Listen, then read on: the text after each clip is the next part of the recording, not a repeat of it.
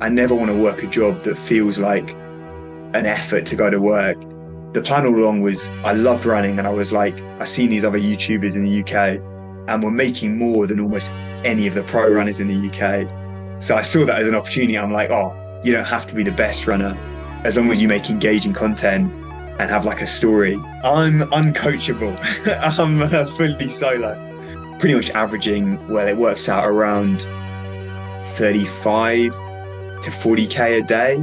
So there's no time for breaks. There's no New Year's chill time, Christmas break.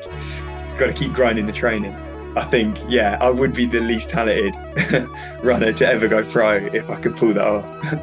And that's when I realized, yeah, I love running. I want to see how good I can get to it. So I need to just commit everything to it. And then, yeah, you never know. You'll find out eventually but the only way to do that is by. Hey, my name is William. My name is Robin, and today we are very happy to welcome you for the first episode of the Emulation podcast, and we really hope that many will follow. Last week, we had the pleasure to speak with Jake Barraclough, aka Ran to Japan. He is a marathon runner from England who decided about a year ago to move to Japan to discover the Japanese ways of life, but above all, their running secrets. We personally found out about Jake on YouTube, and we immediately wanted to know more about what it took for a normal guy to leave his job to commit everything for the thing that he loves most, running. So, without any further ado, please welcome Jake. Let's jump into knowing a bit more about you, Jake, and like the background and how it all started for you. In your childhood, maybe, or how sports began for you, in a way. Okay, take it right the way back. So a bit similar to you, I was growing up playing all the team sports, like football, rugby, cricket, at school, like all of those, absolutely loving it. I think team sports is so good when you're growing up at school.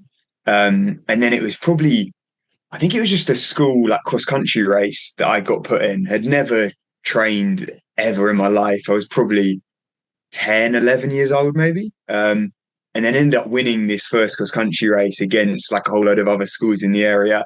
And I think my parents, they'd both been doing running for a while, and my uncle was a good runner. So I think they sort of, my family realized, oh, I could be decent at this. And I think maybe the year after, again, the same race, I won it. And then maybe joined an athletics club when I was about 11, 12. And we're still doing the team sports. I think I still definitely preferred playing like football with my mates, playing rugby. I think instead of just slogging around laps of an athletics track, it wasn't quite as appealing.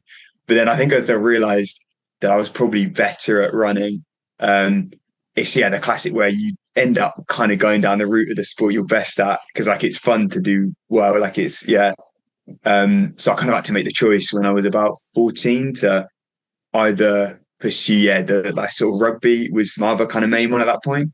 And I'd either have to bulk up, put on a whole load of muscle for rugby, because all the other boys were like twice my size, or I could go down the skinny runner route, because they weren't exactly compatible together.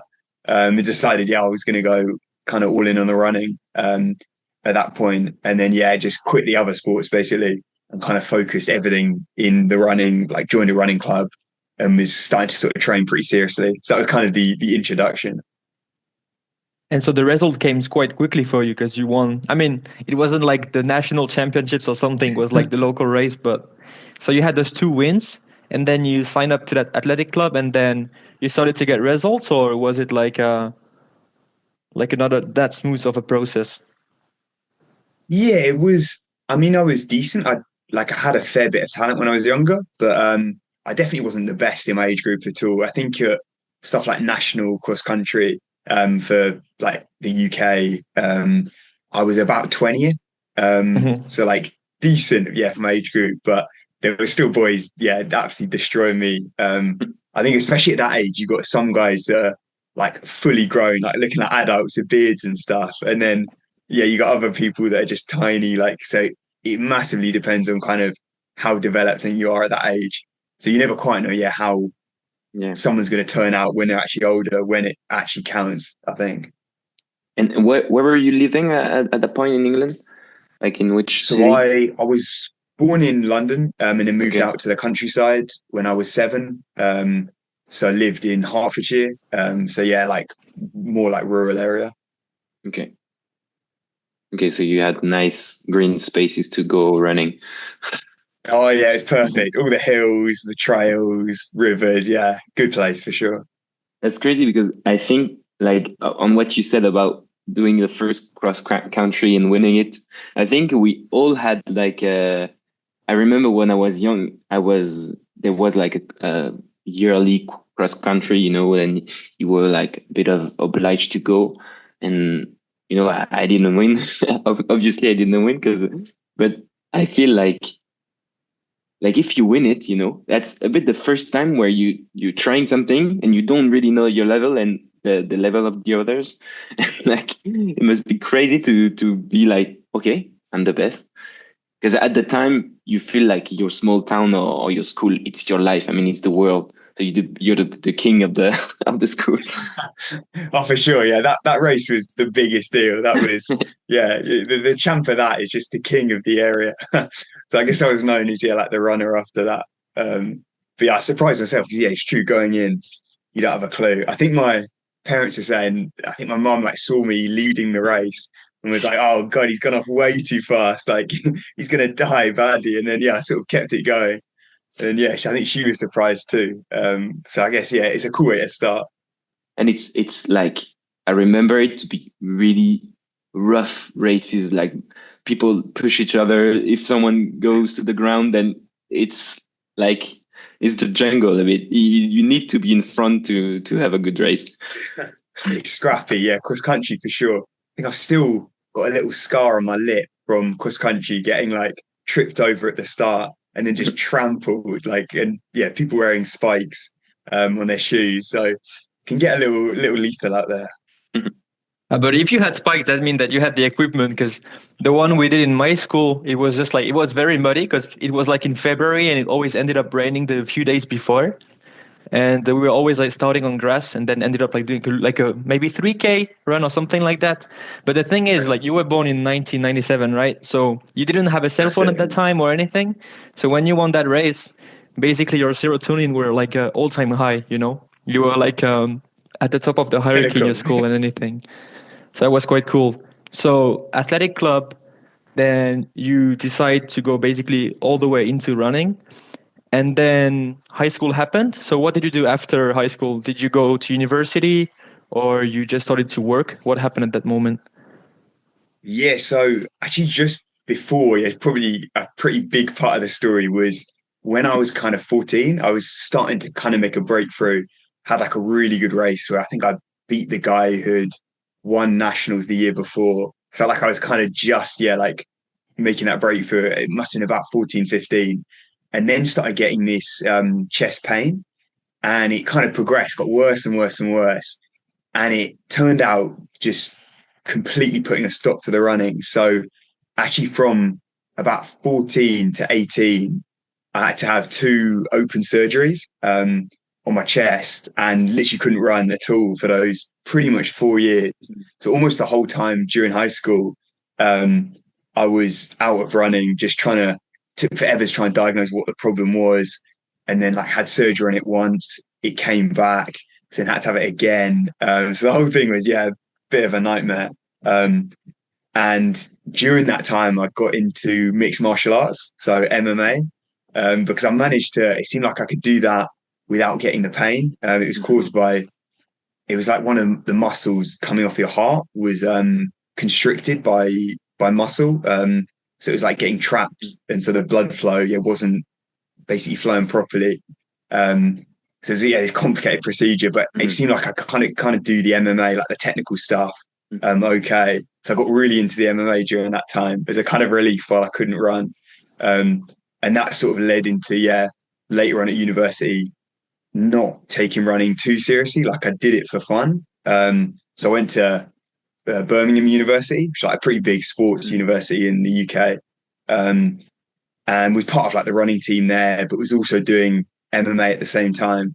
And for probably 5 or 6 years, I say like in my 20s, like early 20s to mid 20s, was kind of balancing, this MMA running, almost like hybrid, and not fully going in on either. I'd kind of bounce between the two, but never properly committed. There'd be times I was like really into running, and then I'd kind of get really into MMA, and it kind of held me back at both almost because I wouldn't commit fully to either. And again, a bit like rugby and running, the two sports aren't Yeah. that compatible. Getting your legs kicked apart and then trying to go for a long run, it's not the easiest. It was your second dilemma in a way. You've always chosen like sports that have nothing in common. But I mean, Yeah, you said yeah. that running was helpful for MMA because it gave you like great cardio on the. That's it for sure. Like just being fitter than everyone. A lot of the Mm. MMA guys, after a couple minutes of sparring, they're knackered, like on the floor. I'm like, oh, this is fine. I can keep going. So the running helped for sure, but the opposite, like Yeah, didn't MMA, help. oh, it's a Yeah. nightmare. Carrying like all this upper body muscle Yeah. and just like constantly, my whole body's just been like beat up. So yeah, it wasn't too fun for running. And like, so you had the chest issue, the chest pain, and it went away at some point. So what? One of the surgery was successful, and you managed to keep on running and didn't have the pain. Yeah, we never fully figured out whether the surgery fixed it Mm. or I was doing a whole load of physio exercises and basically just trying whatever I could to try and sort it. So we never really figured out whether it was that did or whether the surgery or what. Mm. But eventually, yeah, about 18, after kind of Mm. 3, 4 years of this like ongoing problem, it just seemed to like Mm. heal up and never had a problem since. So I still got the scar, but apart from Yeah. that, you'd never know exactly. And are you still like sometimes you still think about it and hope that it's not going to come back, or are you like fully 100% confident that it's behind you? Because it To be seems like honest, a completely forget. yeah, I most of the time I yeah, completely forget I ever had the yeah. surgery, or it's just like literally until this call now, Mm. I probably Mm. hadn't thought about it in like I don't know half a year. Even though I've got the scar here, Hopefully, it's just sort of yeah. part of me. Yeah, so I'm pretty sure that's all clear now. Okay, okay, because it was not really a cardiac issue. It was more of a muscle or something like connecting a bit, something in your Yeah, it was. in your heart. That's it. It's like a super rare condition. I think I was the Mm. youngest person in the Mm. UK to have the surgery for it. Yeah. It's mostly like old age, like 78-year-old people that are having these kind of heart problems. I think it was super rare, which kind of partly made us think like, was the surgery even for the right thing? Like, did Yeah. it even fix it? So the whole thing was, a bit of a nightmare that whole Yeah. period. But either Yeah, way, after once it was solved. must have been a stressful time because like from 14 to 18, that's a key period of your like adolescence in a way. Like to have this in mind would have been pretty hard, I guess. Yeah, it was pretty rough. Just like it was the whole unknown as well. That it took probably a year and a half just to diagnose Mm. it. So I'd see all these Mm. different specialists, like physios, Mm. heart specialists, lung specialists, because it was just Mm. I knew where the pain was, but actually finding out what was causing it seemed to be impossible. So that was almost the hardest thing. Like Mm. I didn't know if there ever was going to be a fix. And yeah, I was loving running. Like all I wanted to do was run, and I couldn't at all. So you're right. Yeah, it was pretty tough. And how did you find MMA then as a savior for that period of time? I think it was for Christmas one year. Must have been about 15 years old. I got given a old UFC DVD, like one of the way back, like original from like the 1990s. I think, yeah, and I must have just started watching that and then be like, oh, this is unreal. Like, what is this sport? Because I was so early to it. At that point, no one in the UK really that I knew had heard of what MMA was or like heard of the UFC. So it was pretty, unique, I think, at that point. And then I just got obsessed. I started watching all these videos, like watching all the newer UFC, and then was like, oh, I want to try this myself, like join a club. and kind of went down that route. And was there like I'm trying maybe you will tell me that completely like it's not linked, but were you a part of you was a part of you a bit like angry with the situation you had, and MMA was kind of a great way to like to The yeah anger out. yeah to get the anger out, and like because you I mean at that point if we put ourselves in your shoes, you're 14 years old, you feel like maybe what you love to do, running, you're really good at it and could be something you do and you could fulfill your dream in a way. I mean you're on the right track, and then this happened. And was there like something about it in doing MMA? It's funny, I've not even thought about it too much like that, but it's a good point. Yeah, it definitely could have been. I think the main thing was I just had so much energy that Mm, before would have been going into training every day for running, that I'd have just gone mental if, I didn't have something to like let that out. Because I've always been like very sporty just from way back, like all this extra energy. It's like I need to be doing something. So I guess, that MMA was the release that while I couldn't mm. run, I could just go and smash a bag, like spar Yeah, with my friends, like, learn some techniques, which was definitely a good outlet, I think, to have. it's crazy that your body wouldn't let you run, but he would let you do MMA. Like I I find know, it I know. funny. It's true, yeah. And actually, from MMA, I never really had any injuries. It was all just impact stuff. Like you get the Mm, odd little black eye, like mm, bruises, that kind of thing. But I've had so much worse injuries from every other sport, like yeah. rugby, football, running. Yeah, it's ironic that MMA is almost the safest. And you Yeah. managed to keep that rhythm of sports all the way throughout university, or you kind of had a moment in university where you started partying and drinking with friends, or you were always that healthy, very sporty guy until and throughout university? I was I basically got the combination of both. I was partying a lot at university. I think it's funny looking back. It was a really sporty university, and the running team was like we won the university championships in my first year. So like basically one of the best running unis. But equally, just this mad party scenes. Like every week, people having like huge house parties, going to the club, like the uni bar. So I was loving that. So I wasn't. I think with the sport, it was very much more like social sport. Instead of like all in competition, like trying to perform. Like I didn't particularly care about my running times, and I was loving the MMA, but it wasn't like, I was super dialed in with having like fights booked and trying to cut weight and Mm. getting that kind of super shape. So I was definitely on the a few years of enjoying the uni life. Did you ended up doing any fights in the MMA, or you stopped before fighting when? I had a couple kickboxing fights, but I never got to actually MMA. I think the trouble is, I'd be like, oh, I want to get into have a fight, and then there'd be like a race maybe, and then I'd be like, oh, I actually try and get in shape for this Mm. race, and then after the race, I'd be like, oh no, actually I want to have a fight now, and so it was that constant wave of like back and forth between the two sports, not properly going into either. Yeah, because I always wondered how it would feel like to be, on the ring, and then you just ended up, like fighting with someone, and just the level of adrenaline you'd get is like so insane. But if you've done kickboxing, I think you've had a fair share of stress, excitement, nervousness, whatever it is. But it's quite I think something. in sparring, you can get like a fair bit of adrenaline. Like in sparring, you can go hard, but it's you. I think that it's that next level if you're like in front of the whole crowd and everything. I'm sure in like a proper MMA fight, it's just crazy adrenaline.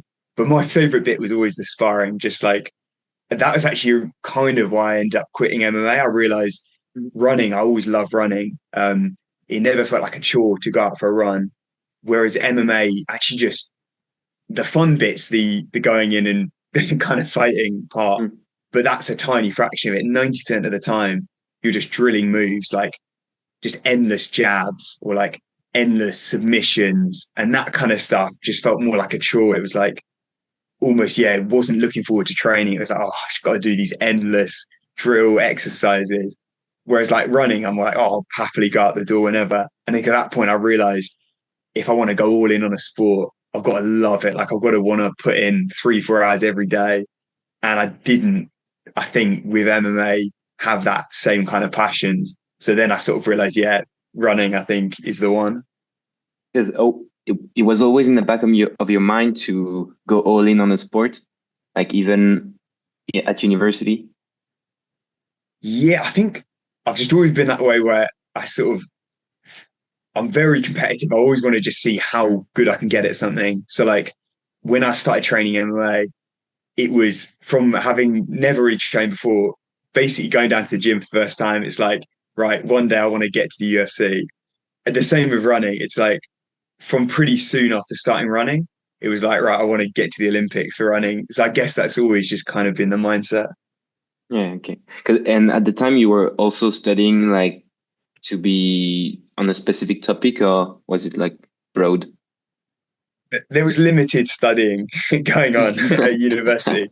I was doing geography as my undergrad, but didn't really enjoy geography. It was more I kind of picked what was my favorite subject at school and was like, I can kind of do this more going to uni for the social side, like having fun, making friends, like doing all the sport.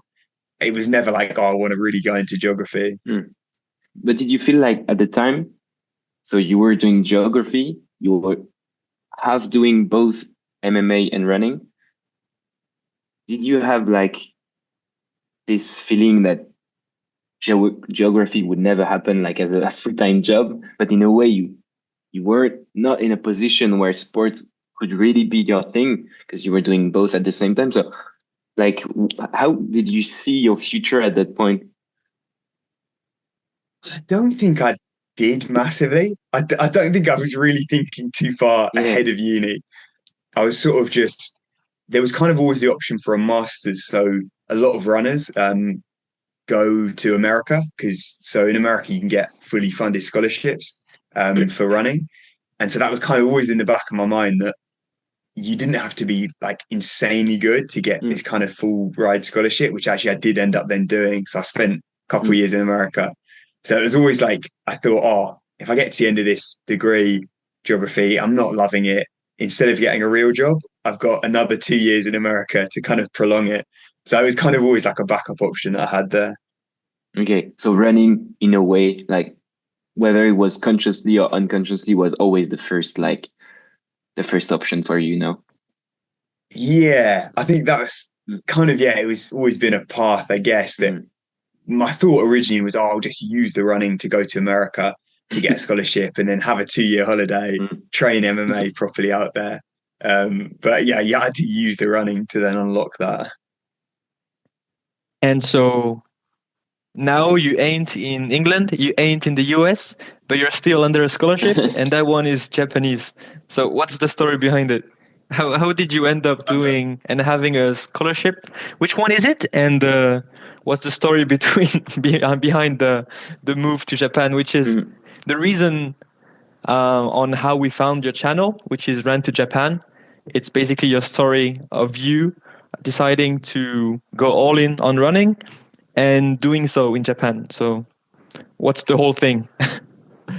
I've basically just been scrounging off scholarships for the last like 5 years, trying to avoid getting a real job. But this one was, oh, it was crazy. So it was actually wasn't related to sport at all. It's called the Daiwa scholarship. It's like a connection between the UK and Japan. And they send something like 6 to 8 scholars every year. It's been going for a while. And you kind of have to show your interest in Japan and show how you're going to bridge the gap between the UK and Japan, like help connect the cultures. But most of the people on it, so with this year, there's like scientists, bankers, doctors, lawyers, all kind of like mix of different areas. But over the 50 years or whatever, no one's ever gotten it for sport. So my application was pretty out there.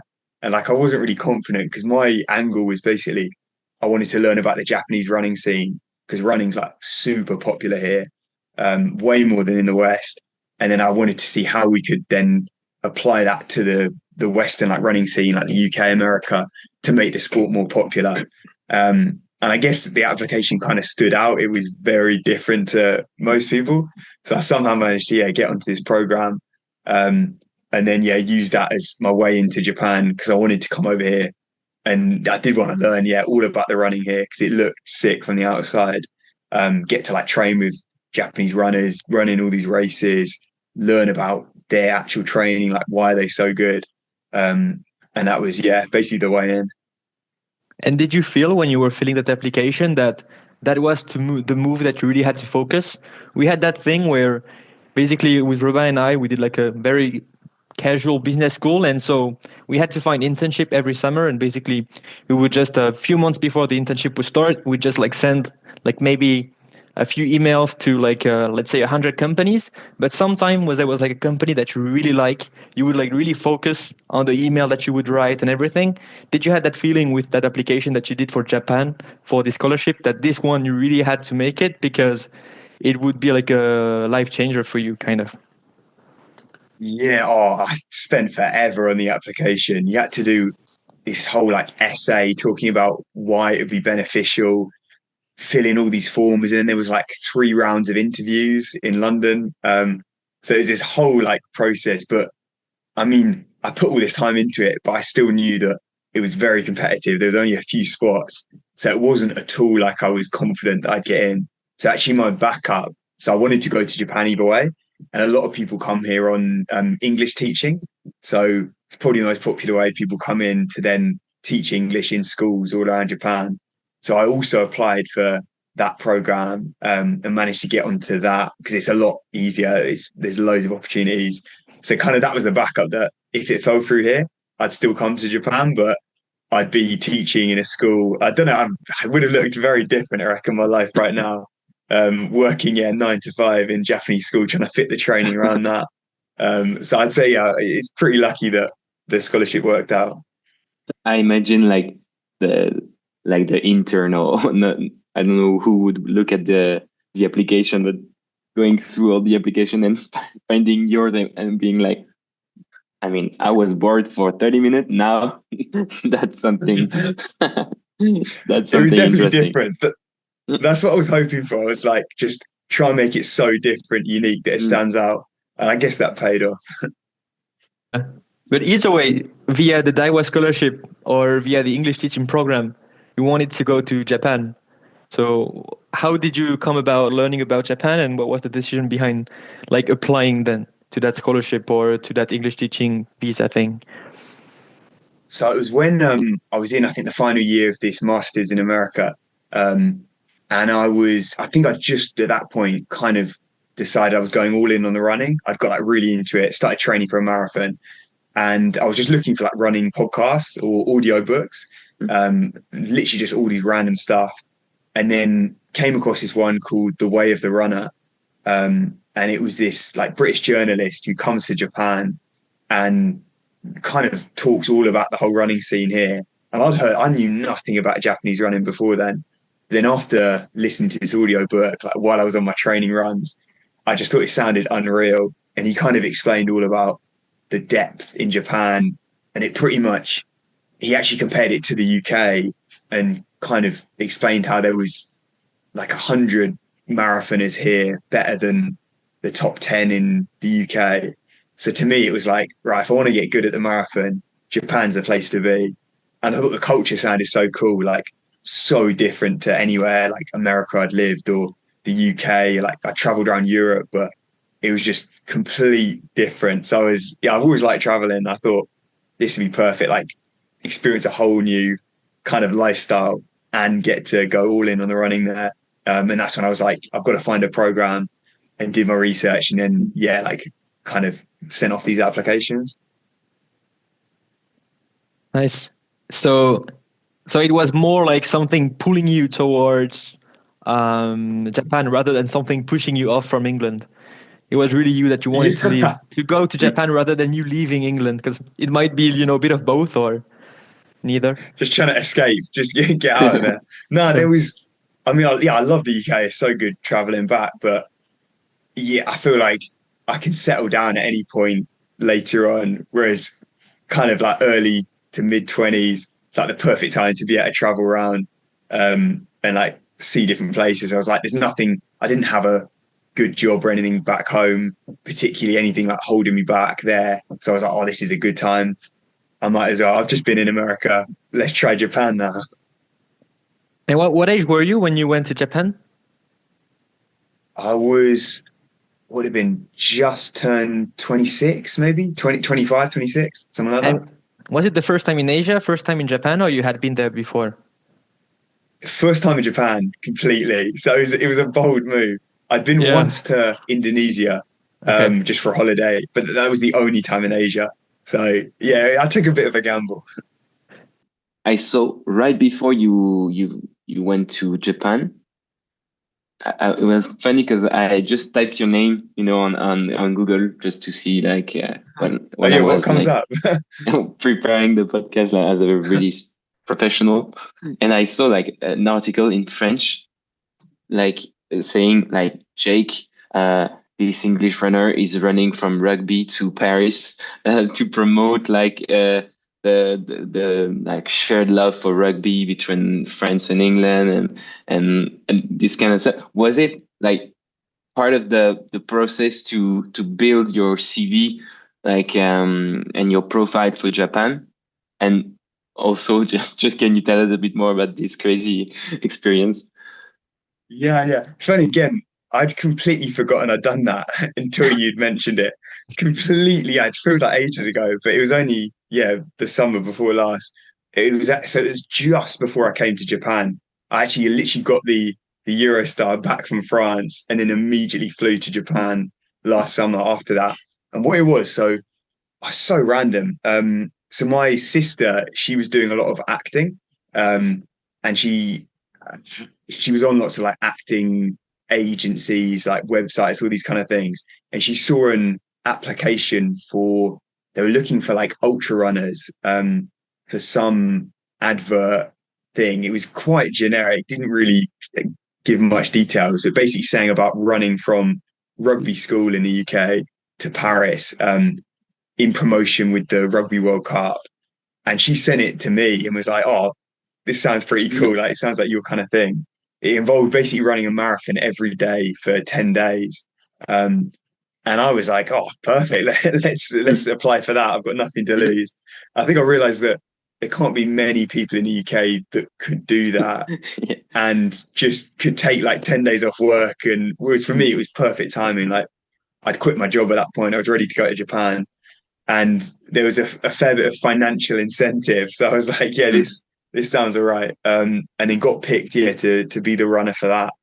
And it was like an advert for actually, yeah, like a government, UK government organization. They were putting an advert together, kind of promoting the UK and in connection with France, like just before the World Cup. So that was, yeah, oh, it's so cool. Like I had this whole film crew.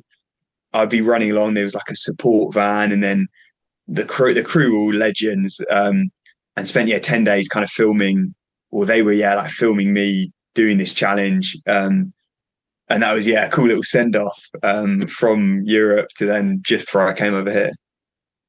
And were you invited to the first game, or was it like before the like really before the World Cup? It was just before. I think there was potential that I could have been, but then I was Yeah, in Japan, so yeah. unfortunately, yeah, I was too quick. It would have been unreal. So you went like from rugby to Paris, and then from Paris to London to Japan. Yeah, Mr. Nice. Worldwide Yeah. on those travels. And there was nothing related to the application for the Daiwa scholarship. I mean, it was Oh, after that. completely Yeah. yeah. Yeah. I think Daiwa thought it was pretty cool. Yeah, they thought it was quite unique. It fitted in actually very well with the application. It was like, yeah, good timing. It kind of showed that I was legit about the running. Like, Yeah. but yeah, it was completely just random that it came up. That basically sums up pretty well the thing that throughout the last, 3 years, you got paid to be running in the US first, Yeah, then like extra 10 days training, you get the super crew and everything. and that was kind of like the prep camp for Japan, because they go really hard on running on Japan, as you know now, and as we know now, thanks to your content. So, how were the first runs in Japan? Were they like really hard when you ended up like meeting those guys that just wake up, and do this crazy 250 Ks a week, or is it just you? What's the story behind the whole training that you're doing now? Yeah, definitely the first week was a struggle coming off the back of those 10 marathons and then hit with the jet lag, the culture shock. I was like living in a hotel. So we had within the first 2 weeks, the scholarship people put us up in a hotel, but then we had 2 weeks to find a house and move in, sign all the documents, and then also get set up for university, like register with all the classes. So the first couple of weeks were just chaos. Like, yeah, that was it was pretty stressful time, and obviously as well speaking no Japanese, which in Japan the English level's like non-existent here. It's like nothing like anywhere in Europe or anywhere I'd been before. Like it really is. People can string like a couple words together, the most basic kind of sentences. But I realized pretty quickly I was gonna have to try and learn Japanese if I wanted to get by here. And like, so you were sent to Japan. I mean, sent to Japan. Like you arrived in Japan, and there were also the other people selected from the scholarship. So you're not like thrown alone in the country, right? Yeah. It was pretty good to have those other like 6 or 7 people. And we were, yeah, so we helped. It kind of, we'd travel around a little bit because we were all looking for like housing at the same time. And so it was good, yeah, the first couple of weeks. And then also pretty early within the first couple of weeks, I found my running team that I'm still a part of now, which are all Japanese guys. And they were so welcoming. Like a few of them actually spoke pretty decent English. I think they like lived abroad or traveled a fair bit. So it helped massively for like integrating into that group when I mean even now my Japanese is so bad, but compared to before, like before it really was like baby Japanese. Um and so I found like this perfect group for training and that just massively helped my running. Yeah. And about that running in group feeling, the whole idea behind emulation at first, like the project, is that maybe it's a word that we use more in French, emulation, which is when, in a group of people having the same objective, there's this like energy of people that are like growing together, that are competing together in a positive way, like in a constructive way, and they are growing, um, and like leveling up their sports, or whatever they do. Is it something you were looking for, like in Japan? Because you've said in your videos that you were used to running alone, and when you arrived in Japan, you really looked for a team, and you really wanted to have that different experience. Yeah, massively. It was I think so after finishing in America, there was maybe a 6 month period where I was back in the UK, pretty much doing every run solo. And it's pretty hard. Like, yeah, it's good mental training, like just grinding it out. But I massively miss that kind of team factor, which I'd had the whole time during my masters and undergrad, like with the running teams. And I realized that if I wanted to, I mean, the whole point of coming to Japan was trying to learn how the Japanese Yeah. train, and basically, yeah, learn from them to apply it to my running, see how I could get better. So then I was like, I need to find a team. And actually, I realized quite quickly how exclusive the teams are. So I'm not sure if you've seen. So I mentioned in one of the videos that I'd wanted to join my university team because they had a really strong running team, but they had a no foreigner policy. So it's like you kind of realize with Japan, they're still quite old school in some of the thinking, like some of the companies and like schools and that. So they just wanted basically a pure Japanese team. Um, so I then had to look elsewhere and managed to find this group of like amateur runners who managed to like take me in. But I kind of I realized that I wanted to be part of a team, Yeah. and that was like a big part of wanting to come there. Yeah. In a way, if I wanted to like to make a link with the word emulation, which is the name of the podcast, in the end, you wanted to emulate the Japanese way of training. So you had to find like the raw source of that new way for you of seeing running and of training to improve, right? Oh, for sure. Yeah, definitely. There's only so much you can learn about the training living abroad, like Mm. especially with everything being in Japanese. Like I tried to do as much research before coming, but it's so hard to find anything about how they train, the training philosophy, like everything's in Japanese. So it's just a massive barrier. Um, so then I was like, I want to learn exactly what they're doing, exactly emulate these guys who are some guys in the group, like 2:11 marathon runners back in the day, 2:13. So they've proven they're legit. So like, I just need to basically copy them, do what they're doing, train with them, and I'll get better. And if you had like, if you were coming back to the UK tomorrow and you could only keep one specific advice or one specific difference that you've seen in their way of training, what would it be? Tough question. All right. I'd probably say the discipline. They're so dialed in with everything that even just like time management. So I think, if they're saying, okay, the workout starts at 6:30 a.m., it will start every single week on the dot at 6:30. If you turn up at 6:31, you've missed the start. It's so formulaic. And then actually the running itself is just so perfectly dialed into if we're meant to be hitting 3:10 per kilometer for the splits, every kilometer, and this isn't on a track, this is just on a road loop. But just intuitively somehow they're so locked in that every kilometer will be within a second, like maybe a 3:09 here, a 3:11, but it's just so dialed in, so kind of formulaic. They're almost like machines. I like to think of it as they're just sort of marathon machines. I think it's pretty good.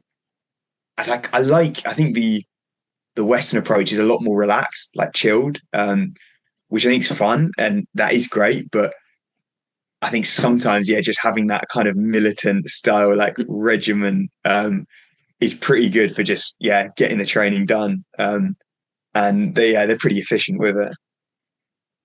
And how is the result for now? Like, did you have like huge gains in the fitness after you started training like the Japanese do, or it was a bit hectic at the beginning? Because I think you had some pretty good results at the end of your first year in Japan, right?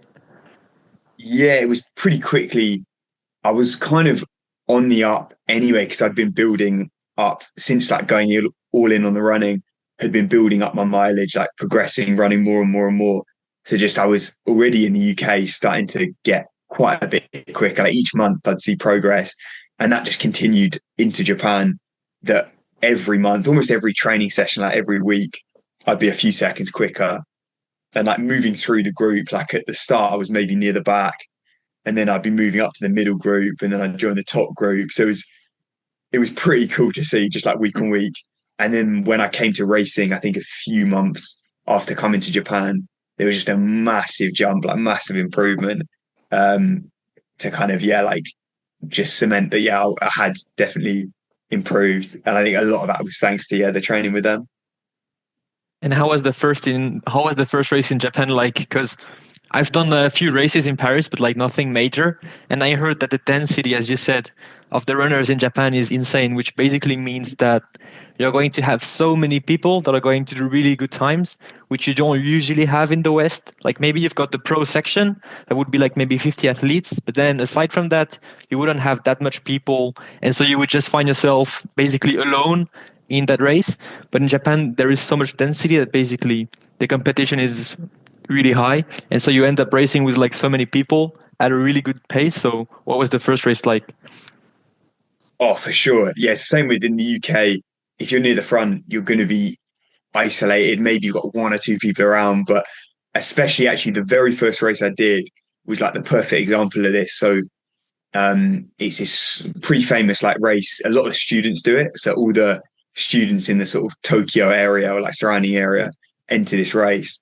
And so I ended up running 65 minutes for the half marathon, which I think at the time in the UK was like top 50 that year. But in that one race, I ended up finishing like 150th. So in just one race, one weekend, mostly students, a race which in the UK that would have won 95% of races across the UK. But I was absolutely destroyed by the Japanese guys, just like way back. There's just like streams of runners in front. So it was crazy just realizing, yeah, like how deep it is, like how many insane runners that you realize, yeah, we're slacking, we're falling behind in the West. And how did you feel like at that moment? Did you feel like inspired by the performance of the Japanese, or it was like soul crushing to see so many people better than you, whereas you thought that you were kind of like the guy, in the UK? I loved it. I thought it was great. I was like, already, I thought, yeah, I've made this big jump, and it just kind of inspired me to think, yeah, if I keep training this way, I can keep progressing. I thought it was so cool. Like, you've got nothing like that in the UK. Whereas seeing like the streets lined with people, like the whole way, you've got these like spectators, just like random people that have come out of their houses. Everyone's like clapping, shouting. And especially me just being this random white guy like in the crowd, I got a fair bit of support just for like standing out. So yeah, it was cool for sure. It's basically the New York Marathon every day in Japan, or something like that. Yeah. They're obsessed.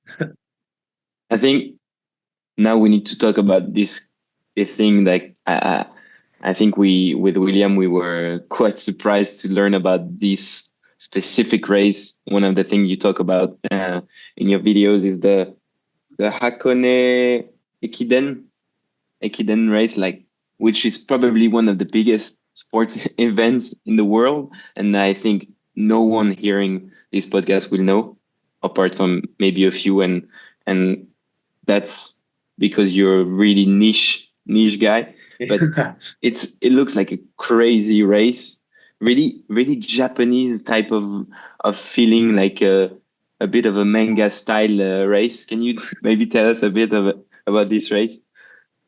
Yeah, it just sums up like the Japanese kind of culture and their Mm. almost like the Japanese spirit. Like, so it's so cool.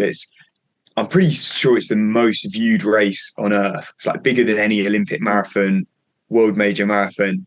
And yet all the viewers are just from one country, which makes it even more impressive. So the scale of it, so you've got in Japan, there's I think just over 100 million people, and close to half the population watch this long distance relay. That it's not just a quick, yeah, this isn't over in 10 minutes or whatever. This is a 2 day event. Basically 10 hours in total, 5 hours on the first day, 5 hours on the second. And you've got 50 million people watching on TV. You've got millions more on the streets, like lining the whole way along this course. Uh, Basically nothing anywhere else in the world even comes close to just like how big, how popular this is. And the winners of this race are like celebs after. So like no one cares about, you could have like a Olympic medalist run past most people in the UK. No one would bat an eyelid, like no one cares. But here it's like, yeah, this televised event, everyone's at home watching it. So it's everyone's dream basically of any runner in Japan wants to then run in this race. So that's kind of what everyone's training for. And it's a relay race. So it's university teams only. So it's a uni race. And there's 20 teams in it. You have to qualify. And then each team has 10 runners. And it's like an out and back course. So what makes it interesting, the course has massive hills at the end. It's got some like technical bits. It's quite tactical, like who runs on what leg. Um, and it just turns into this really big team event. So I think with running, it's such an individual sport. I think it back to the beginning of the podcast, like how we said growing up, the team sports were, that's what's fun. That's what Yeah. people enjoy. and they've managed to turn running into the biggest team event basically. So all the spectators get behind maybe the university they went to when they were younger, or like their local team, or people have links to different teams, and then they go out and support that team in the Hakon Ekiden. And it's just all about the team spirit. Like if one runner has a bad run, the whole team's screwed pretty much. So it's all that pressure on not letting your team down, giving everything for the team. And it just creates this like pretty unique event, which is so cool. If only it was televised in English, which is the problem where trying to understand even what's going on. Even now, I'm getting to the point I think where I can kind of understand a bit more, but it's so confusing if you don't speak Japanese, and there's no translations, there's no English coverage, which is why it's only known basically inside Japan. And it's every year? So yes, every year, the 2nd and 3rd of January.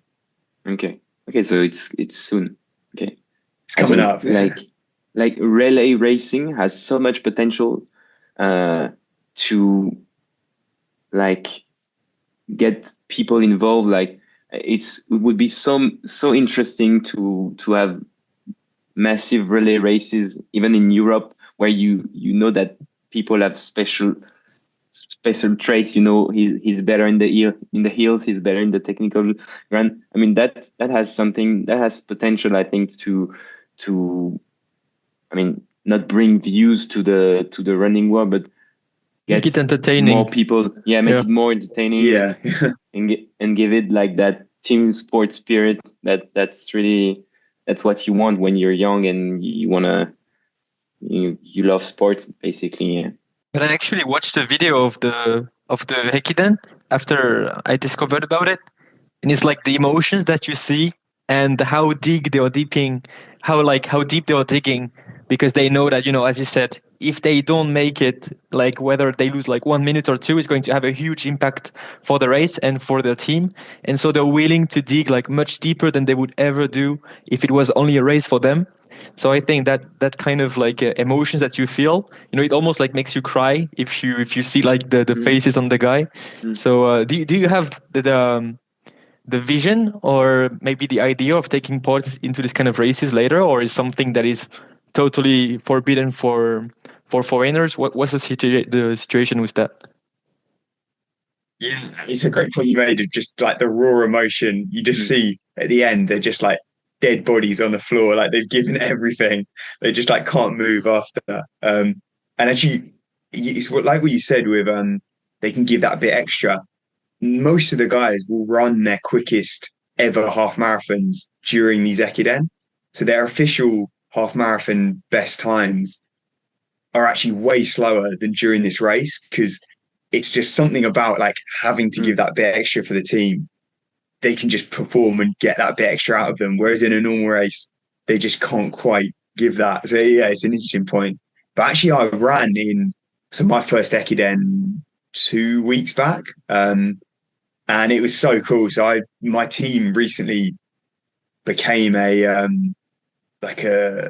it's kind of like a corporate team. So basically allows them to compete in Ekidens against other mostly pro teams. Like we're a group of amateurs, but it was so sick, like competing against these. So on my leg they have so that you can only have one foreigner on each team, and they get put on the shortest distance leg. So the different legs have longer distances, short distances, but they basically want the foreigner to have the least impact on the race. So they make which, because a lot of the time it's like a Kenyan. And I was running against a few guys that had been in the Olympics actually in Paris. So like we're talking like literally the best athletes in the world, like crazy. And so the Japanese they don't want it just to turn into like an African Games, just like all these Kenyans coming over. So they limit it to just one leg. And it's the shortest leg possible basically. But even so, it was so cool. Just like experiencing it all, and sort of like firsthand this sort of Ekiden like team culture. And like you were saying, they try to have the least amount of foreigners. Does it mean like there's a lot of like Kenyans, Ethiopians that are coming to Japan to train because they know about this philosophy, or are they just coming for specific races or? Yeah, so it's actually Japan, I think, outside of Africa, Mm, has the most African runners living in the country. okay. So there's tons. So pretty much every team, I think there's maybe 50 or so of these pro teams. Every team will have two to three Kenyans or Ethiopians. Mm, Um, and so you can only run one, but they'll usually have like a backup. And I think to help them like culturally assimilate, they'll basically have a buddy, like have a friend there. So they'll bring like a couple Kenyans. So all these Kenyans, yeah, get recruited often even from like high school. So they'll come over to then go to high school in Japan or for university. Because for them it's a huge economic, like yeah. the financial opportunity here compared to in Kenya is massive. Like they can get a stable income through these corporate teams. So then loads of them see that as like an awesome opportunity. So you just got loads and loads of Kenyans here. It's a crazy connection. Like you wouldn't think there are Kenyans working in like competing with a Japanese team I to know, I know. It's like couldn't be more different cultures. It's just yeah. like, yeah, such a mad mix. So it's basically Iten, Kenya, number one place for like marathon runners, and then you have Tokyo or like No show. where is the elite of Japanese runners? Do they train in Tokyo? I don't think it's the most optimized place to do so. So is there like a Oh, training camp or training base somewhere in the country? yeah, central Tokyo is it's not fun. Just like Mm, so busy. But so most of the teams though are based. It's in the like Kanto region, which includes Tokyo.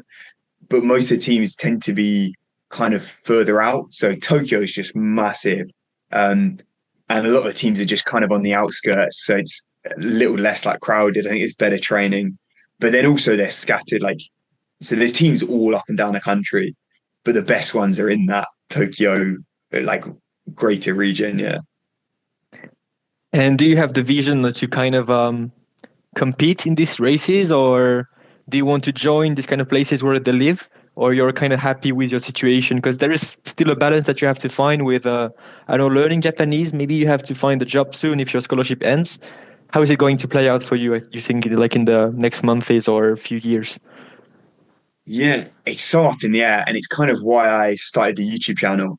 Because so the level that you have to be to get onto one of these teams, if I was a Japanese runner, it would be possible. But the level for a foreigner to get on, because it's not like I'm competing against the best Japanese, I'm competing against Olympic level Kenyans. So realistically, for me to join a team, I'd have to be pretty much the best runner in the whole UK just to get onto a team because like it's so competitive with all these Kenyans. So it's firstly it's so hard to get on. And then also it's very regimented. So it's like the training is kind of you train how the team trains. It's not really tailored to the individual. I think it doesn't have that freedom. And I'm very much looking forward, like I'd love to give some like ultra running a go, like long distance. I think I'd love the marathon and I want to get quicker at that, but I'm built for longer stuff. I think that's always going to be my strength. I've got no speed. So mm, I think yeah, it's something that I'd want to give a go in the future. Whereas if I was part of a team, it would be, nah, you're doing the 10K races. That's what you're doing for the Ekiden. So it's super like you have no control in your training. So I kind of saw the YouTube as like, if I can get sponsored through YouTube, then you don't have to be necessarily the best runner in the world to make a living from mm. running. Because I want to just allow, yeah, enough time to train, try and get as good as possible. And if I can do that through social media as well as my performances to try and get like sponsorship, then I think that's a pretty cool way of doing it. And would you like to stay in Japan for it, or you don't mind? I do love Japan. Yeah, I think there's so much more I want to see. So I'm in no rush Mm, to like mm, head home. The biggest thing is the language. If I could, for like, it's just such a long process, and it's recently I've been slacking massively since starting the YouTube. I just like the editing takes so long mm. that before where I'd be like putting in the hours in Japanese. Now it's just spent like editing videos. So I feel like my Japanese is getting worse, but yeah, I'd love to get to like a like comfortably conversational level. And then join, yeah, if I could join a team that I could train more frequently with, like my team only meet a couple times a week, whereas I do kind of miss that, like at university, I lived with runners, like in a house together. Like I do like that kind of environment. So yeah, it's quite up in the air, but I can see myself being in Japan for a bit longer. And like the ultimate goal for you on this running arc of your life would be to go to the Olympics in 2028? Or is it just like, is it a dream? Like you don't even think about it? I'd be lying if I said it hasn't crossed my mind. We 2028 or 2032. I think either I'd be about in my prime for that marathon. The standard's just so high though now. Every year the times get quicker and quicker. So pretty much I'm going to give it everything I can over the next couple of years and basically see where my talent limit is. Because with running, there's a certain point you can train as hard as possible, but eventually you're going to reach a talent limit where just genetics obviously play a part. Like you can't fight that at the end of the day. So I just want to basically get to the point where I see how good I can possibly be and like reach my full potential, which is why I'm kind of smashing the training at the moment, taking like a massive gamble with running so much mileage. But I see it as I could play it safe and run less, but I'd never reach my full potential. I'd never really know how good I could possibly be without taking that gamble. Because you say you want to be the world's least talented runner to ever turn pro. That's one of your lead motto. What a title! Yeah, because yeah, I just think looking at the guys I'm running with, I just think they're built more for running. I'm a big runner, like carrying. I think I'm built more for MMA or rugby. That's my natural. Like look at my dad and my brother. That's more their build. Whereas I'm trying to force the running because I love it. But I think yeah, I would be the least talented runner to ever go pro if I could pull that off. and like to get to the Olympics, is it a time you have to do a specific time, or do you have to be like the fifth best, at least the fifth best UK athlete, like marathon runner? So they've changed it recently. So before it was just kind of time. So if you ran the time and you were top three, maybe in each country, you could go. But now they're doing it. There's like rankings. So half the people get in off time, but they've pretty much made the times so quick. So no Brit ever in history has ran the qualifying time for the next Olympics. So ever. So yeah, that's looking a little tough. So then the other way is to get in on rankings. If you're in the top, maybe it would be like top 80 in the world for the marathon. Then you could get in through that route. So it's a little confusing, but basically I'd have to be top three either way in the UK to go. And do you know the other UK guys? Like, do you have a chat with them, or are they your friends, or are they your? They're bloody rapid. They're legit. Yeah. I know one of them I spoke to a little bit, and I know the other two. There's like a pretty big jump. So from sort of that like semi-elite, like maybe top 10 in the UK or like top 15 to then the pros. So they're basically those three guys who they went to the Paris Olympics. They're pretty much the only full-time pros who are like sponsored just to run in the UK. And yeah, they're like basically head and shoulders above the rest at the moment. So there is like a pretty big gap, which I'm trying to close, but it is still, it's a bit of a challenge. We'll say that.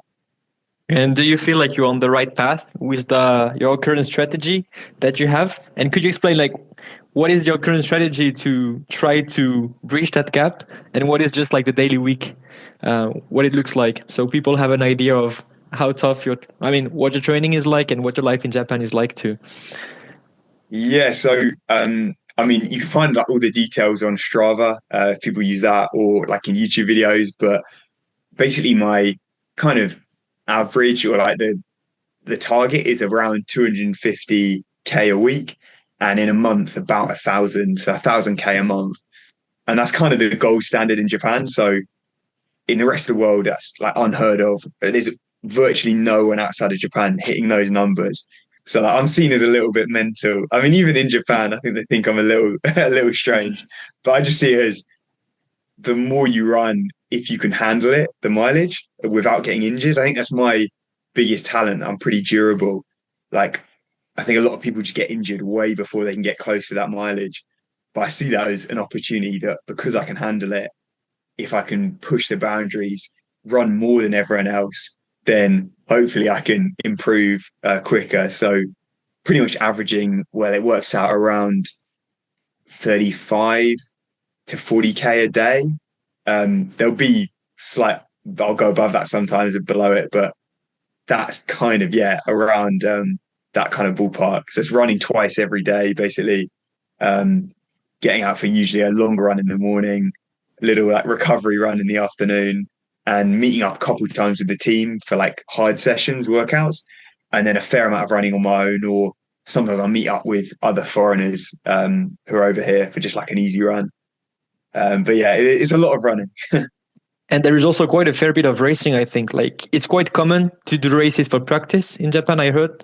Like there is that guy that I found about, like Yuki Kawauchi. I'm not sure how I'm Yeah. pronouncing his name, but he's really well known. I think he won Boston, the Boston Marathon, and that's where he got really famous. And he's basically running every weekend, like a half marathon or something like that. So are you also into that, or you're more like a practice guy and you just show up for the race day and that's the only race of the year? You nailed the pronunciation, spot on. Yeah, Yuki, he's a Nice. legend. I actually met him the end of last year at a race, and yeah, he was like basically my idol coming out here. He was the one like Japanese runner I knew a lot about because I think from winning Boston, he's like notorious as just running, yeah, like a marathon, a half marathon every weekend, use it as training.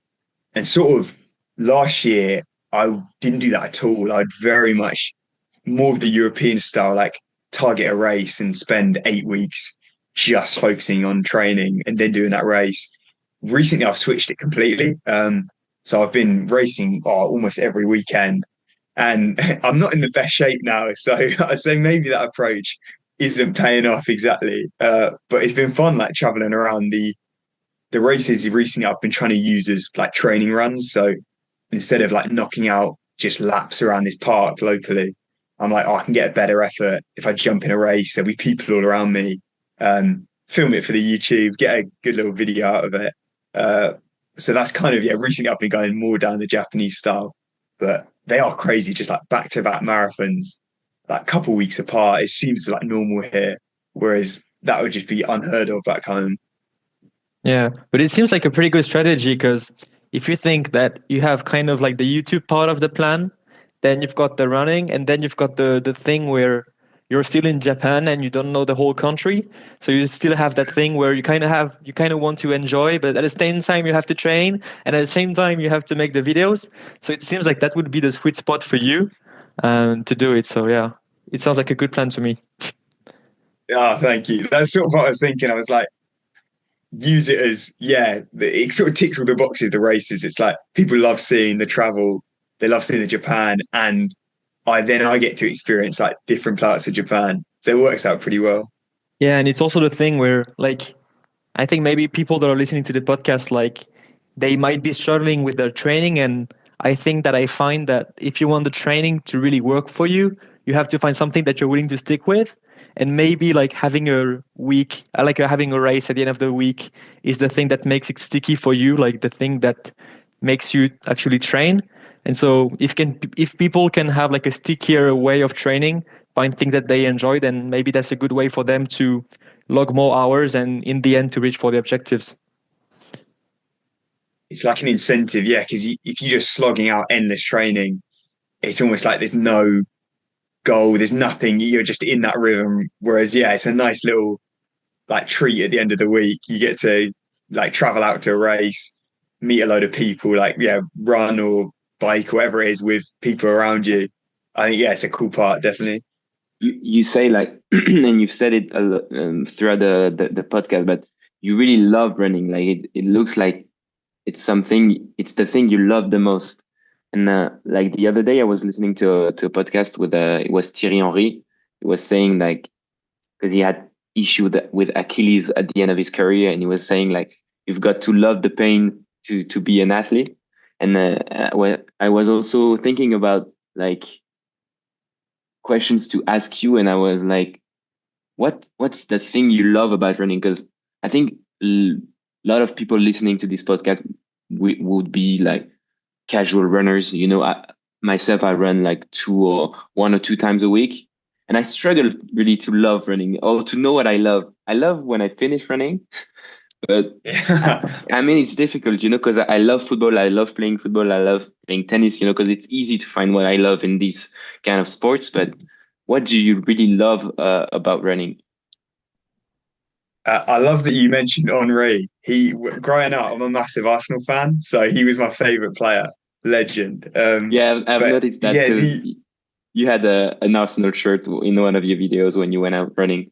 I was a big oh, Arsenal fan as well mainly was when I was young because there was all that Arsene Wenger time and stuff. But let's not go into that route because it's gonna be a whole another podcast. that's true. Keep it on the running theme. Yes, it's true. I don't always get out the door thinking, "Oh, this is so much fun! Like, I'm loving this." Like, I might be tired. I've probably got little aches and pains. The weather might be rubbish. Like, it's not always fun getting out, but I think once I'm running, it's just like it's just kind of freeing. Like, it's just a good feeling. It's hard to describe. And then after you get that massive high, that runner's high. So it's like I never regret going out for a run, even if before I'm like, oh, I just can't be bothered. Like, I don't want to get out. I've never gone out for a run and be like, oh, I wish I didn't go. So then I think it's almost like an addiction. It's just now I'm so used to it every day. It's so part of my routine. I train twice every day, every morning, every afternoon, that I realize it when I have like a little injury, I have to have a couple of days off or whatever. That's when I realize how much I love running because I miss it when I can't do it. So it's like, you're almost like craving it like a drug. I guess Mm, you just have such like that runner's high. And I think for me, the biggest thing is chasing the improvement. Is like competing against myself to get quicker, mm, which is why I'm like on a run. I'm like, I'm doing this to improve. So it's like I might not be loving it in this moment, but it's going to help me get better, which is what is kind of driving me basically mm. the whole time for running. Okay, yeah, that's makes me think. I was looking at you mentioned in one of your videos as well the marathon monks, that those monks in Japan that are doing like 1,000 marathon in 1,000 days, like a crazy thing like this. Most of them, like really few amount of them managed to do it. And I was reading an article this morning and was saying like, why would I do that? Like in a way, or what's the goal behind this? Is it to get more wise, or is it to find an answer to something? And the guy was saying like the idea behind the constant movement is to exhaust the mind, the body, everything until nothing is left. And when nothing is left, then what's the thing that pops out, you know? And what you said made me feel a bit of that is like when you finish the run, like whatever your level, you have this thing about forgetting everything that all the issues you have, and it's like a pure moment of happiness. And I guess you still have it even if you run every day or twice a day. That's the drive for you, no? Yeah, you never lose that, and it's like, oh, I can be knackered or like tired after like uni or like editing videos or like Mm, from whatever it is, like all through my life. Once you get out, it's just like, oh, you don't have to worry about mm, anything. You're running. It's so easy, natural. But yeah, it's just like an escape basically from everything else. Um, and so I think it's hard to put into words why you do. I mean, it seems mental from the outside. Like, why am I, yeah, getting out? Because I know a lot of people hate running. It's like a punishment. But I think as well as you get fitter, it gets easier. The Yeah. hardest bit is when you're starting. Same like if I've had a lot of time off, like when I was transitioning from the MMA into running, I was like 15 kg heavier. Every run was hard. Like it was just I'm knackered. Like, but then as you get quicker, it gets easier and easier, and then it gets more fun. So I'd say for anyone, yeah, starting off, you just got to battle through that early stages. But if you can stay consistent, that's when it gets easier and easier. Just yeah, sticking at it, and then I think you'll start to get that enjoyment. And is it a moment as well where you have ideas, you organize your mind a bit, or because you're doing a lot of things at the same time, and you I mean you have to, because your videos that like you have to edit them, but you have to as well give it like a type of storyline, and it's not it needs some work and it needs some ideas, and you're running a lot. Is it a moment in your life where you feel like you really like mindful and you have a clear view what you want to do? Do you I use it say like I yeah, it's a lot of time that could be used. Before I mm, used to use it to try and learn Japanese, mm, okay. but I just found that it almost ruined the run because it was like Mm, I'm trying to concentrate so hard on this mm, thing, and it then takes away from just the enjoyment of not having to think about anything while I run. And yeah, so actually I went away from that, and I think before I used to run without music or mm, headphones, and then probably I was much more thinking about kind of whatever, like all kind mm, of things.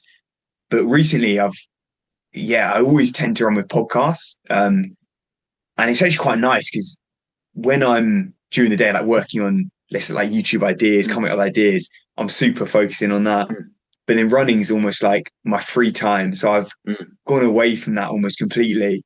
And now it's just like I can enjoy my podcast. I can, it's basically like, it feels like I'm just chatting with the people myself. Like I'm just Yeah. here, I'm listening to a conversation.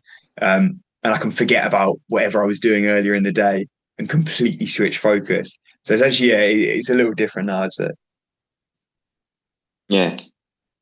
Yeah. Podcast is the best, I think, for running or riding a bike. I guess it's the really the time where you have the time to listen to 1 hour and a half of Thierry Henry listening, like talking about his life. I would have time in the day to listen to Thierry, I think.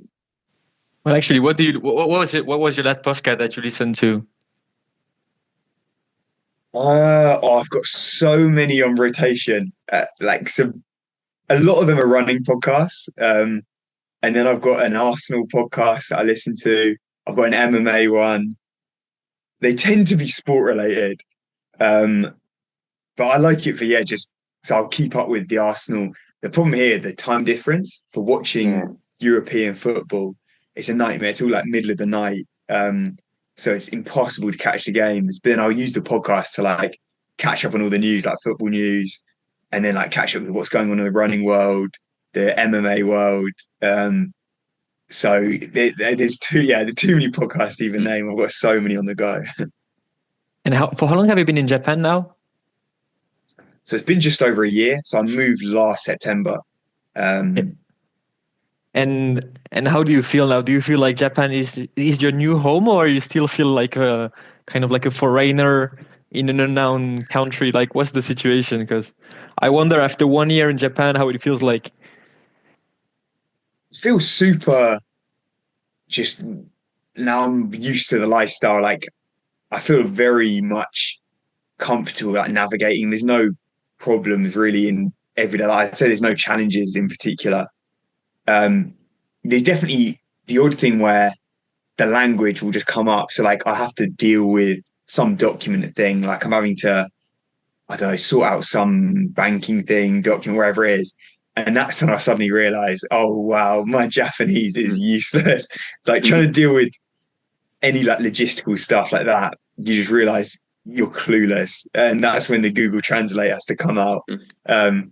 Like you can kind of get away with it in conversation, like people tone it down, they like they speak very slowly, like use easy Japanese. But I think until I get to a point where I'm quite like close to fluent, which from speaking to like friends and other people in Japanese, that takes 5, 10 years or whatever. It's not quite like a European language where if I'd been studying full time for a year, I'd probably be close to fluent in French or Spanish. Whereas Yeah. Japanese is just so different. There's no connection to any European language. Like you hear a new word, it's just a random sound. It means nothing. So 2 seconds later, I've forgotten it. So that's probably the only thing where it's just like frustrating a little bit. I can't properly express myself in Japanese, like to Japanese friends or whatever. I still probably come across like, yeah, this like 3-year-old kid, because that's the level of my Japanese right now. Yeah. I actually tried to learn Korean and it's kind of the same issue that I had. So my Yeah. conclusion was that I just gave up for now and we'll see later. So Oh, I I think hope you'll Korean's find a better similar, yeah. solution. Yeah, I hope you find a better solution for Japanese, but yeah, I don't have any to offer for you, unfortunately. I mean, to be fair with Korean, unless you're living in Korea, I feel like that's got to be impossible to learn. You need to be surrounded with it. I think that's the thing with Japanese. At least here, it's like I'm hearing it every day, I'm seeing it every day. Yeah. So that helps kind of.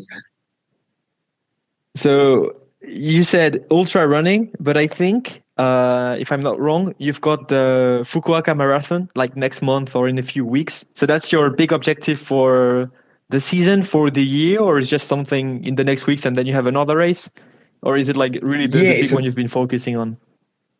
that's sort of so trying to going forward do like a few marathons a year. So the last one was in Australia. That was back in July.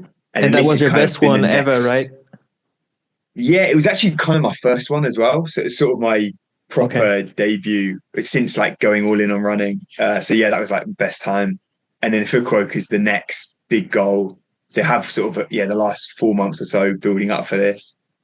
And so what was your time in Australia and what are you aiming at for the one in Fukuoka? So in Australia, I ran 2:17. Um, Okay. and then, well, before I'd been trying to go sub 2:15, so under 2:15. But recently, the last couple of weeks, the training's been very rough. I'm just in a little bit of a rut since Mm. sort of, yeah, trying this approach of just racing every weekend, using that for training. But maybe it's just pushed it a little far and it's just built up that fatigue where it's just a little bit harder than just training in the park. So I'm not sure if it's that, but recently the training's been a little rough. So I'm probably like it's unlikely I'll be able to run my best time in Fukuoka. So maybe just use it as a stepping stone for Tokyo Marathon would be in March. But yeah, I mean, I'll give it my best shot. We're still going all in on Fukuoka.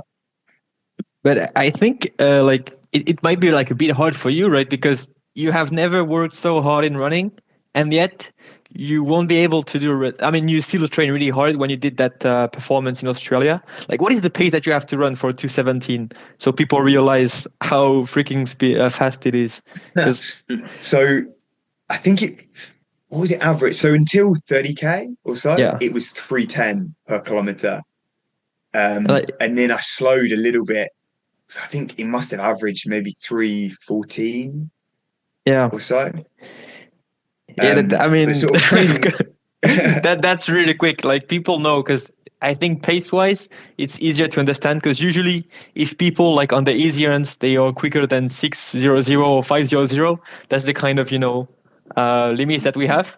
Like if Benchmark, I'm under yeah. 5:00, like I'm happy, and some people is like like the 40 minutes 10K. That's the kind of limit people have usually.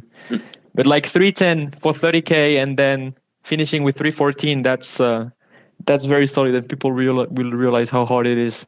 So you did that 2:17 this summer, and since then you've been pretty much running nonstop, no off days, and yet you're probably not going to. It seems that like the last weeks that you've had have been a bit rough for you. So it seems that you won't even be able to beat that record. So how does it feel like you're working really hard and yet you don't have the results that of your hard work? So is it like a bit, I don't know, sickening or depressing? I don't know what is the right word, but Yeah, yeah. It's it's a tough one. Looking back, so it's not like I've trained that differently from before. So for the last year, it's pretty consistent, similar amount of mileage, similar types of sessions.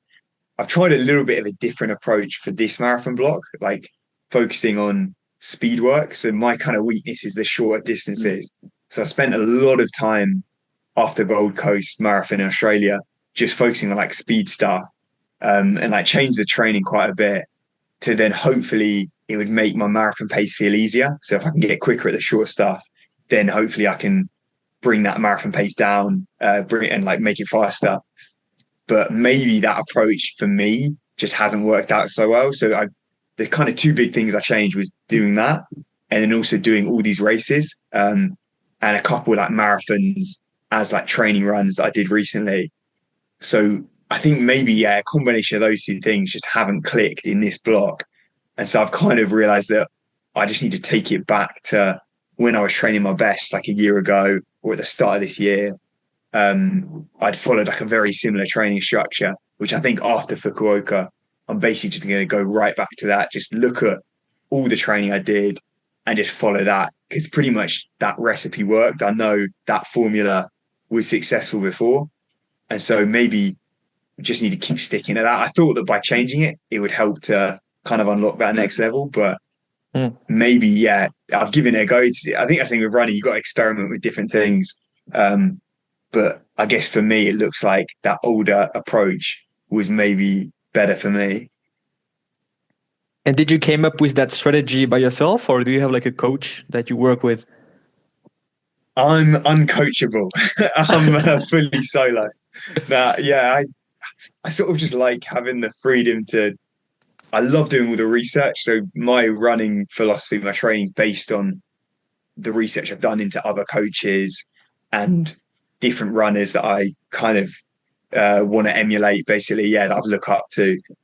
And also just off years of running myself, knowing what works best for me. So it's been like a trial and error thing that the more you run, the more you experiment with different approaches. I think you kind of learn what works for you, because everyone's going to be different. Different approaches are going to work best. And I think I've got to a point now where I know pretty well what, yeah, kind of gets me fit or gets me in shape. So I've just kind of stuck with that. And yeah, so I work a little bit with the group that I'm running with. So I'll change my sessions a bit to try and fit in with those guys. So I can instead of running on my own, I can get a group session in. But then a lot of the running around that I do on my own is all just, yeah, self-coached, self-imposed. I feel like there's got to be a book at some point called Jake's Way, where you discuss all the process. Unorthodox approach. I don't know how you'd end up with just a whole load of injured people, like broken. My approach, uncoachable coach. the uncoachable coach.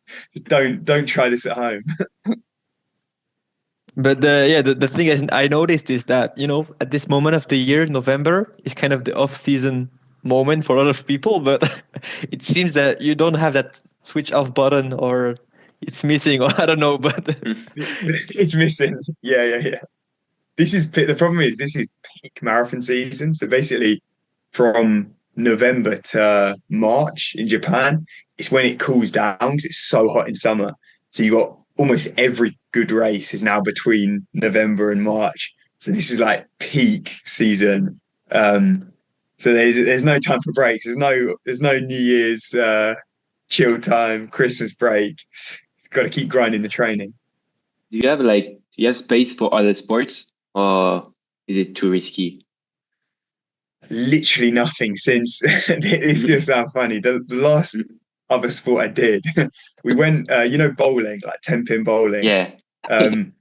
Last summer, I did that with my family, and for about 6 months after, my shoulder was busted, just because I'd pretty much gone, since stopping MMA, I was like, I just don't want to put on any upper body muscle. Like, I easily bulk up. So that I'm not going to touch a weight, I'm not going to do anything upper body. And I guess just picking up this bowling ball, throwing a couple strikes, whatever, spares, was enough to just destroy my shoulder. So I'm just now fully so in on the running. I think any other sport, if you want to really get good at running, that's basically what you have to do. There's no point in doing other sports. It's just going to take away from it. Yeah, makes sense. Yeah, rugby would not be a great idea. Have a Yeah, I little think game of rugby. the shoulders can't hack it. I wish. And like maybe as we get closer to the end of the podcast, because we won't like keep you for 3 hours. You need to sleep and you need to eat and sleep.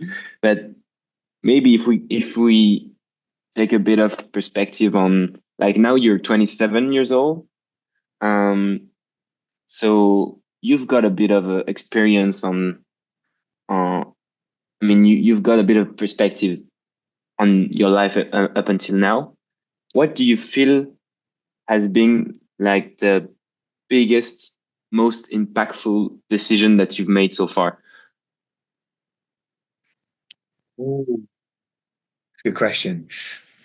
I guess it must be when I decided to commit to running and throw everything in that. Pretty much decide to quit MMA and just think I'm going to go everything in this running, see how far I can get with it. Because that I think is what held me back from 20 to 25, held me back from MMA because I was still trying to keep up with the running, and then held me back from running because of the MMA and just not fully committing to something. I think if you want to pursue a career in something, you kind of have to be driven and throw everything in on that, um, which is basically what caused me to improve so much.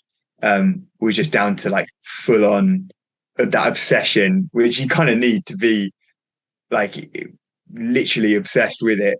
And because I love it, it doesn't feel like a chore. What I wanted and kind of in my life, I never want to work a job that feels like an effort to go to work. Before, like, so the little time I spent in the UK between um, America and Japan, I was working in a school. It's like a teaching assistant, and it definitely felt like every day, oh, I can't be bothered to go in. Like the days are just long. Like it was fun. I loved hanging out with the kids and stuff. Like they had so much energy, like all of that. But it still didn't feel like I loved it. It wasn't like my calling, my passion. Whereas running something that I love. So if I can build a career, build my life around that, I'm going to do everything I possibly can to do it. Because that's what, yeah, I've realized that I absolutely love. And you made that decision around 25, right? Yeah, I was 20, so it's pretty late. I mean, Yeah. I very mean, late in terms of running. But mm, most sort of yeah. runners that are trying to go pro have decided by, I don't know, 15, 16, they've gone all in on that. So I'm definitely later to the party. But luckily for the marathon, you don't peak until 30, 35. So we're still on the up, hopefully. And like, did that decision, did it build up in your mind like throughout the 5 years, like from 20 to 25? Did you feel like the dilemma was getting like stronger and you were coming closer to the point where you would have to choose or to commit to something? I think it was probably, I was kind of cruising by. So the whole time, the 3 years during my undergrad, and then the 2 years at university in America, because it felt like I had so long, like with my undergrad, I was like, well, I can just do a master's after. So I didn't feel like I was in any rush to like know what I want to do after university, like what I want to do for a career. So it's probably, yeah, when you say it like that, it's true. It came about just when I was finishing up that master's in that final year of the master's, probably because I realized at that point, all right, what are you going to do the rest of your life? Like, which path are we going to go down?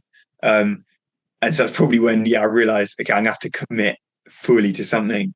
Um, and that's probably when, yeah, the switch to running happened. And was YouTube part of the plan, or like was it like an inspiration you got along the way? Yeah, actually, thinking back, when I made the switch to running, my times were so far off, even like semi-elite. Um, I must have been around 500th in the Mm. UK, something like that, my like ranking. So like the question of going pro wasn't even like it was just so far off that Mm. I don't think it would have even seemed possible. So the plan all along was I loved running, and I was like, I seen these other YouTubers in the Mm. UK who weren't elite runners, but were making a living from having big YouTube channels, like growing up to close to 100K on YouTube, and were making more than almost any of the pro runners in the UK. Yeah. So I saw that as an opportunity. I'm like, oh, you don't have to be the best runner. As long as you make engaging content and have like a story, then you can build an audience and brands want to support that. So I wanted to kickstart the YouTube literally when I moved to Japan, but then ended up being too busy with the university, like full-time study. So I kind of had to prolong it a whole year. And yeah, I think it's actually a good time now because yeah, I've settled into Japan. I've improved my running as well. So now there is a possibility of trying to get sponsors.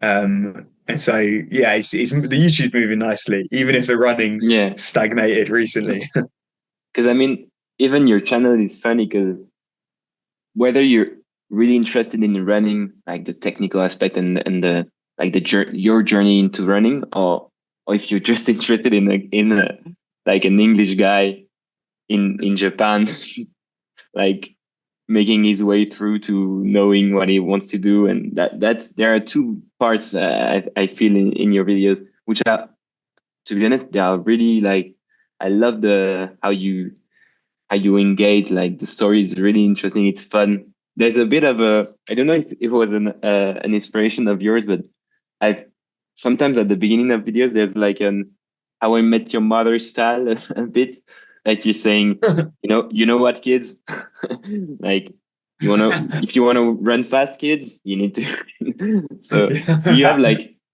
you have inspiration? Have you always loved like to create something, or did it came like with the making the videos and?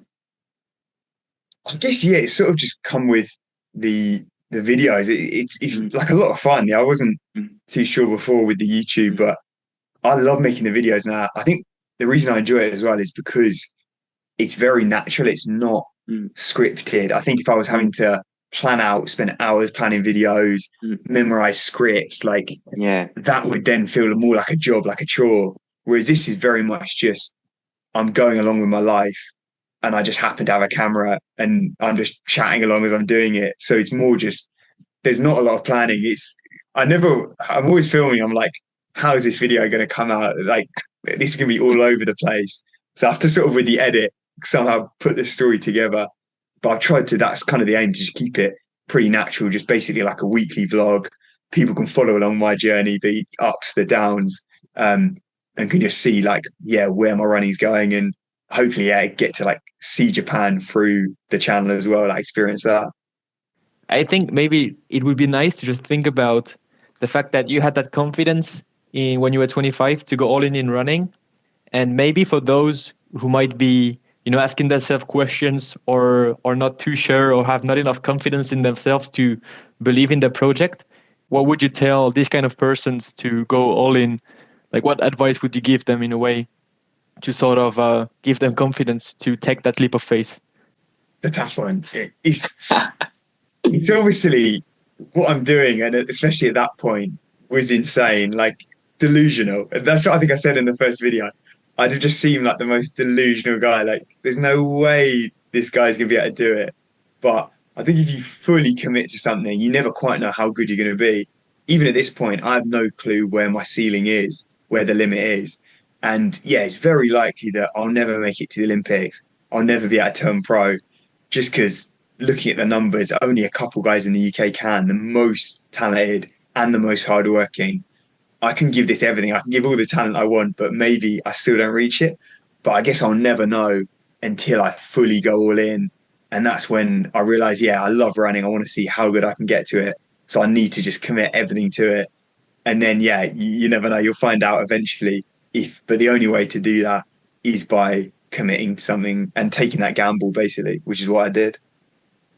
I think like a lot of people envy people like you in the end, because they've taken they took this leap of faith, and then they committed to something. And I find it always weird that you envy so much these kind of people, and in the same way it's so hard to do it yourself. Like since you've done that did you see like people around you, like your family or your friends, try out new things because you inspired them to? They thought like, man, Jake is doing something freaking crazy. I might as well just try something myself. No. It's funny. I've seen a lot of comments on YouTube. Like, that never crossed my mind when I started the YouTube that it was like I could inspire people to get into running or pursue whatever. But it's crazy just how many comments. It's so cool seeing people being like, "Oh, this channel's so inspiring! Like, this has made me want to run more. I'm going to push up my mileage. I'm going to do this, whatever." Which was never like a goal originally with the channel. It was more just put out my own training and more like an entertainment thing. But it's a cool knock-on effect to have that people are then seeing that I guess I've taken this massive gamble, this risk. And so maybe then they're like more likely to give that a go as well. Yeah.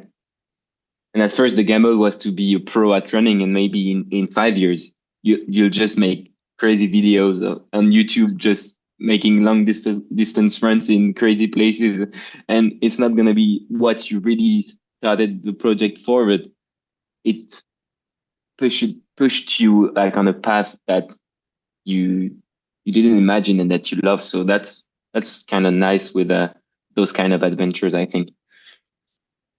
And I mean, I'm confident because I think your authenticity is really what stands out.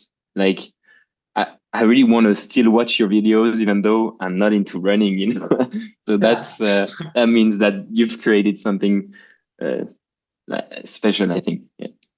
That's a great compliment I've done. It's cool. I appreciate that. Definitely. If we're getting non-runners watching the videos, that's a big win. Yeah, I think a lot of people will be like, oh, I hate running, but maybe I'll give it a go. No, give it a try. Give it. It will be nice to follow the journey.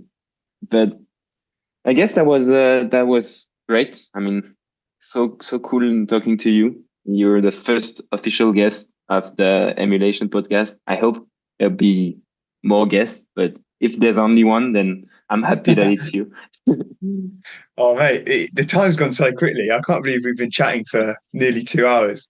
Yeah, that's crazy. Great interviewing. Yeah, that's been good fun. We haven't even started talking about Arsenal and Mikel Arteta and how it's going on. So I have to have a part 2 football podcast. That's gonna. Yeah, sure. So if people want to follow you, where should they go? So you can go, I say the best place, YouTube at Run to Japan. The same on Instagram. And if you're into the running stuff, you can go on Strava. All the sort of training is there. But trying to push the YouTube at the moment. So yeah, check out the viz. Yeah, we'll add all the links in the description, because now we we don't know what well, we'll see that, but the links will be there somewhere, so you can find it. Oh, perfect. Yeah. All right, thanks, Jake, and so good luck for the Fukuoka Marathon. We'll be watching, and hopefully we can talk to you soon. Nice one. Cheers, boys. Thanks for having me on. Hello guys, William and Robin here. You've officially made it to the end of this podcast, so congratulations. We recorded this podcast last week, so we just wanted to tell you that this is our first podcast ever, so it might not have been always the most perfect in terms of questions, in terms of how we deliver the things that we want to talk about, but we hope we can count on you on the future for the next episodes, and if you have any feedback, we're always open to it, of course. We really enjoyed this conversation, and we hope you took something out of it. So, Robin, if you have any last words, maybe, for those listening. I hope the French accent wasn't too annoying. And of course, if you like the episode, if you have anything you think we should do better, you can leave us a feedback, a comment, and a 5-star review if you've loved it. Feel free to send us any athlete, any person you feel would be great for the podcast, and we'll try and make the best to invite and to collaborate with you guys. Have a great day and enjoy. And we're looking every message, so please don't miss out. We'll be watching. Thank you guys. Bye-bye.